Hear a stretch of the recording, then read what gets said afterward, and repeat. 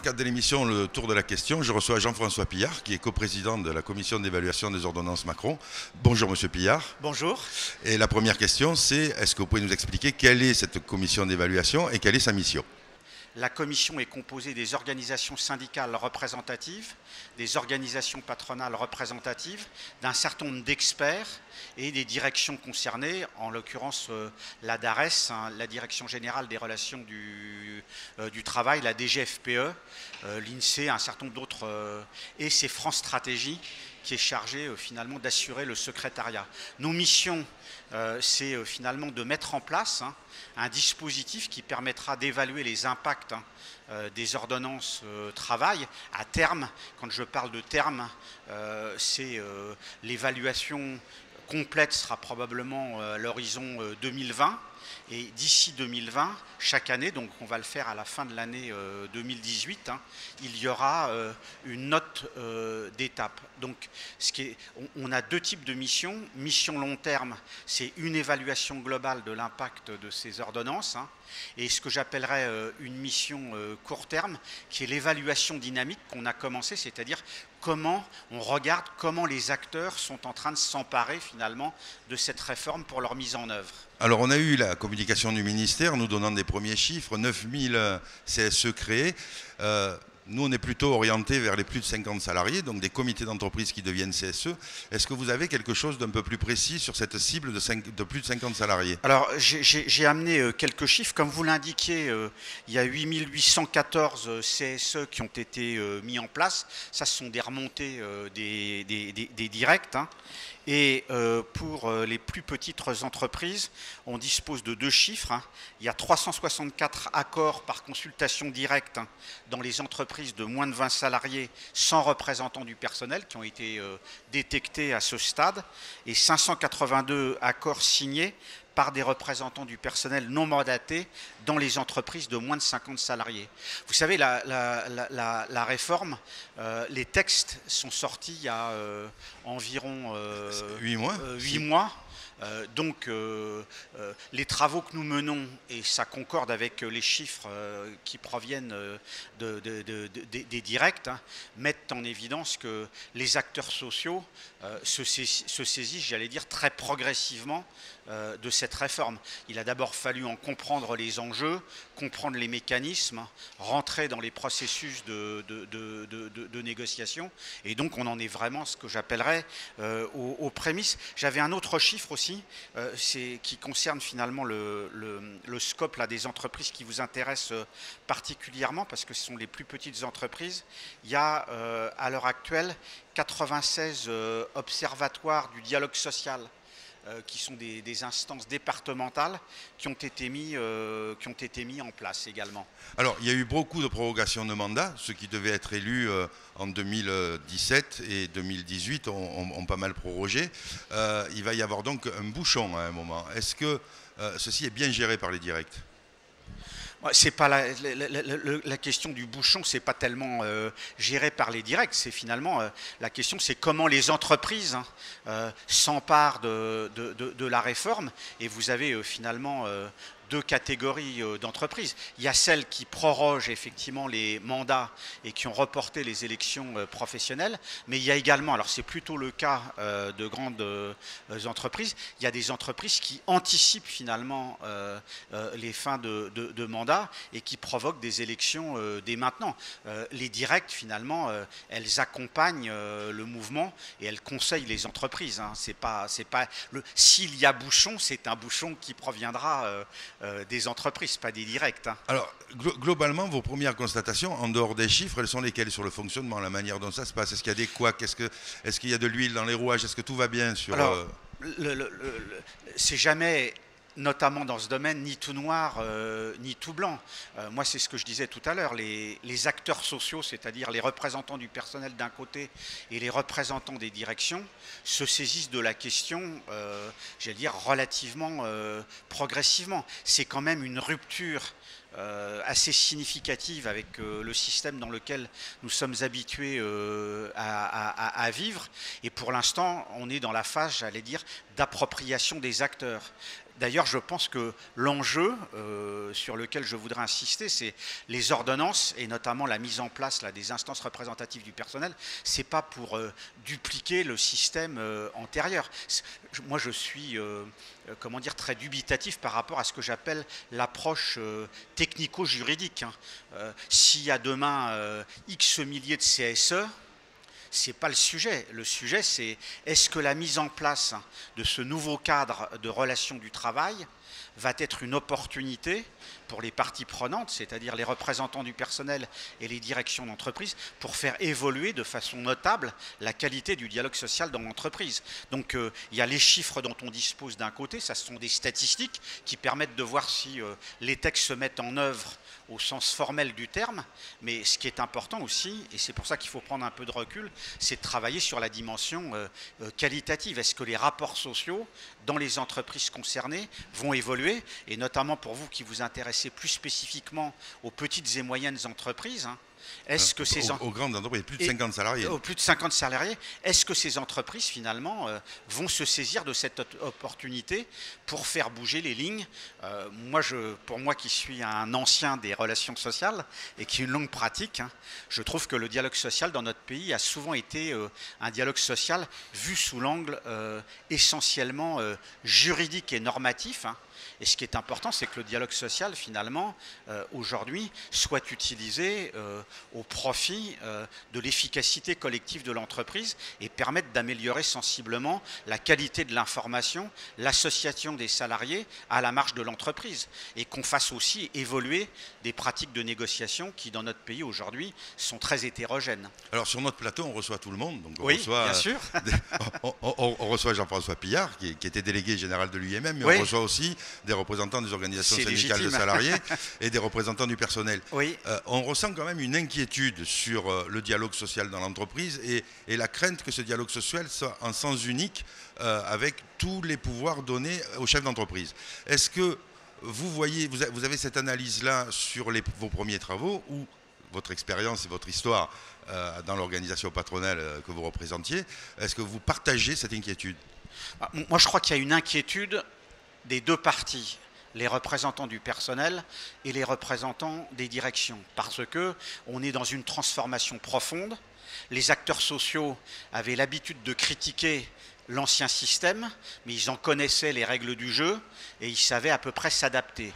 Là, je pense qu'il y a collectivement ce que j'appellerais un peu la peur du vide.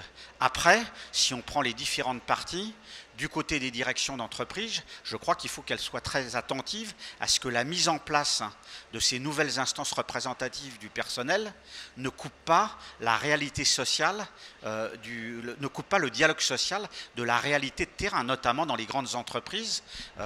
Mettre en place un CSE, si on ne se préoccupe pas finalement du dialogue social de proximité, ça peut être terriblement contre-productif. Et puis du côté des représentants du personnel, il y a probablement, mais ils sont mieux placés que moi pour en parler, la crainte que vous évoquiez. Je crois qu'il y a aussi une crainte qui est tout à fait légitime et qui a été pointée dans la réforme, c'est finalement la réduction des mandats et en particulier la réduction des mandats pour des hommes et des femmes qui se sont engagés dans des mandats qui prennent une partie très importante de leur temps et qui, à l'occasion de fin de mandat, vont se retrouver dans des situations qui ne sont pas faciles à gérer pour les deux parties, d'ailleurs les représentants du personnel et les directions d'entreprise. C'est-à-dire comment fait-on en sorte que ces hommes et ces femmes, là dans les statistiques qui sont sorties, on parle d'un tiers de mandats en moins, on verra à la fin de la réforme. Pour la RATP, Jean Auroux nous disait hier que c'était 300 mandats. Oui, alors vous avez des organisations publiques ou parapubliques comme la RATP, ou je pense à des entreprises finalement comme la SNCF, où le nombre par exemple de mandats permanents se compte en milliers de personnes. Et c'est clair qu'à l'occasion de cette réforme, un certain nombre de mandatés vont perdre leur mandat. Certains d'entre eux exercent leur mandat depuis de très nombreuses années et donc se pose la question de en quoi la compétence qu'ils ont acquise à l'exercice de ces mandats va pouvoir finalement être utilisée pour leur permettre des évolutions professionnelles satisfaisantes. C'est un véritable défi et qui est récurrent dans le dialogue social à la française. On a toujours eu des difficultés, sauf exception. Je connais un certain nombre de grandes entreprises qui ont signé des accords, mais on a souvent eu culturellement et opérationnellement des difficultés à imaginer qu'un homme ou une femme qui s'engage dans un mandat, à l'occasion de son mandat, acquiert des compétences complémentaires aux compétences qu'il avait finalement dans l'exercice de sa vie professionnelle. Je pense que c'est un des principaux défis de la réforme. Oui, la réforme aurait dû généraliser ce qui existe dans ce qui était le Nord-Pas-de-Calais à l'origine et qui est les Hauts-de-France maintenant, un cursus universitaire réservé aux représentants du personnel, oui, pour leur faire valider les acquis de l'expérience en droit du travail. Il y a des démarches de cette nature. Je suis également membre du comité du Conseil économique, social et environnemental, et j'ai porté avec un collègue de la CGT, Lionel Marie, un avis qui s'intitule « Prévenir les discriminations syndicales dans l'entreprise » et qui évoque un certain nombre de pistes, effectivement, du type de celles que vous venez d'indiquer, mais aussi comment les entreprises peuvent et doivent mettre en place des entretiens réguliers avec les représentants du personnel pour qu'il n'y ait pas une coupure qui s'instaure finalement entre la personne qui exerce un mandat et l'évolution de son environnement professionnel. Aujourd'hui, le monde du travail évolue extrêmement rapidement, beaucoup plus rapidement qu'il y a quelques années, et ça nécessite d'être imaginatif dans ce domaine. Alors revenons sur vos missions. Vous êtes une commission d'évaluation, mais est-ce que, le cas échéant, vous pourriez faire des propositions pour améliorer tel ou tel point, comme celui que nous venions d'évoquer, ou d'autres points pour... Ouais, moi, je crois que c'est ce que je disais, il faut envisager l'évaluation comme un exercice dynamique. Si on met en place une évaluation de qualité au sens statique et que dans 2 ans, on s'aperçoit que ça ne marche pas ou qu'on n'atteint pas les objectifs qu'on s'était fixés, j'allais dire, il sera trop tard. Donc c'est pour ça que les 3 coprésidents ont souhaité, on a organisé toute une série d'entretiens qualitatifs qu'on va poursuivre avec les principaux acteurs, et on ne s'interdit nullement, à l'occasion de ce qu'on constate sur le terrain, de faire des remontées au ministère, à la ministre bien sûr, et à son cabinet, et le cas échéant bien sûr, de suggérer, si on constate des dysfonctionnements, des propositions pour corriger ces dysfonctionnements. Ça fait partie intégrante du rôle qui est le nôtre. Alors au bout d'1 an, votre travail, et puis vous avez depuis votre constitution, vous êtes déjà mis au travail, qu'avez-vous déjà constaté en dehors des statistiques du nombre de CSE? Est-ce que vous avez déjà des remontées du terrain sur une étude précise ou... On a fait 2 choses pendant l'année qui vient de s'écouler. On a travaillé avec les directions, en particulier la DARES, la DGT, pour regarder les outils, les indicateurs, les méthodes dont on disposait pour avoir un cadre d'évaluation pertinent. Et en même temps, comme je vous le disais, les 3 coprésidents ont été au contact, en particulier des branches professionnelles, tant du côté des représentants du personnel que des représentants patronaux, pour sentir comment les acteurs, finalement, s'appropriaient la démarche. Avant l'été, et c'est sur le site, ce sont des données publiques, c'est sur le site de France Stratégie, avant l'été, à l'occasion de notre réunion plénière, on a publié...